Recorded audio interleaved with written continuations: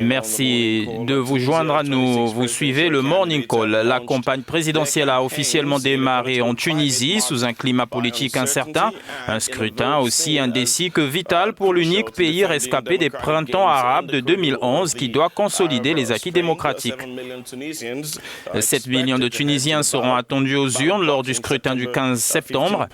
Il n'y a pas de leader clair puisque la campagne a commencé lundi pour le vote du premier tour. Les candidats ont organisé des rassemblements à Tunis et dans les provinces les plus pauvres pour présenter leur programme. L'un des principaux candidats est en prison et fait face à des accusations de blanchiment d'argent et d'évasion fiscale. One prominent candidate, rather, is in jail facing accusations of money laundering and tax evasion.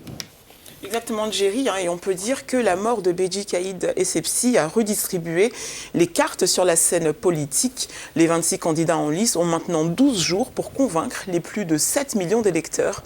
3 débats télévisés seront d'ailleurs organisés et retransmis en direct sur la chaîne de télévision nationale Watania, une grande première pour le pays. Avec nous pour en parler, Massinissa Benlakeal, notre correspondante depuis Tunis. Bonjour à vous et merci de nous rejoindre. La campagne électorale de la présidentielle anticipée du 15 septembre a été lancée hier lundi. Que peut-on retenir de cette première journée? Beaucoup d'activités, notamment des candidats et de leur staff de campagne.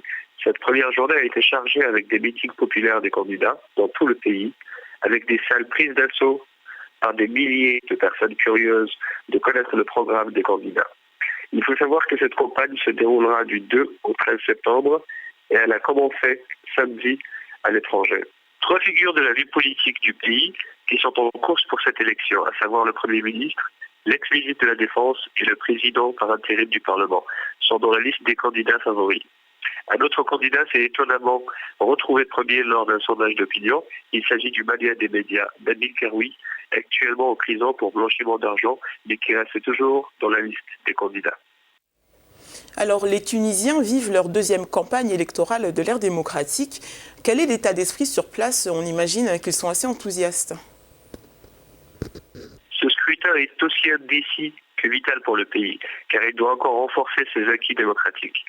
Rien n'est gagné pour les Tunisiens lambda, car pour la première fois, ils n'ont aucune idée de qui va être président. Mais le fait est qu'ils veulent rester optimistes et demandent à voir ce que cette course pour le palais de Carthage donnera au pays.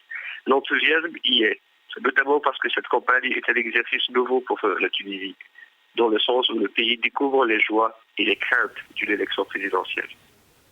On peut l'imaginer d'une manière ou d'une autre. Les 26 candidats ont moins de 2 semaines pour parcourir l'ensemble du pays. Mais en un mot, pouvez-vous nous dire que prévoient les candidats considérés comme favoris? Les candidats sont en pas de course et ont entamé cette première journée dans leur ville d'origine pour la plupart. Convaincre 7 millions d'électeurs tunisiens ne sera pas de tout repos, vu la situation dégradée du pays.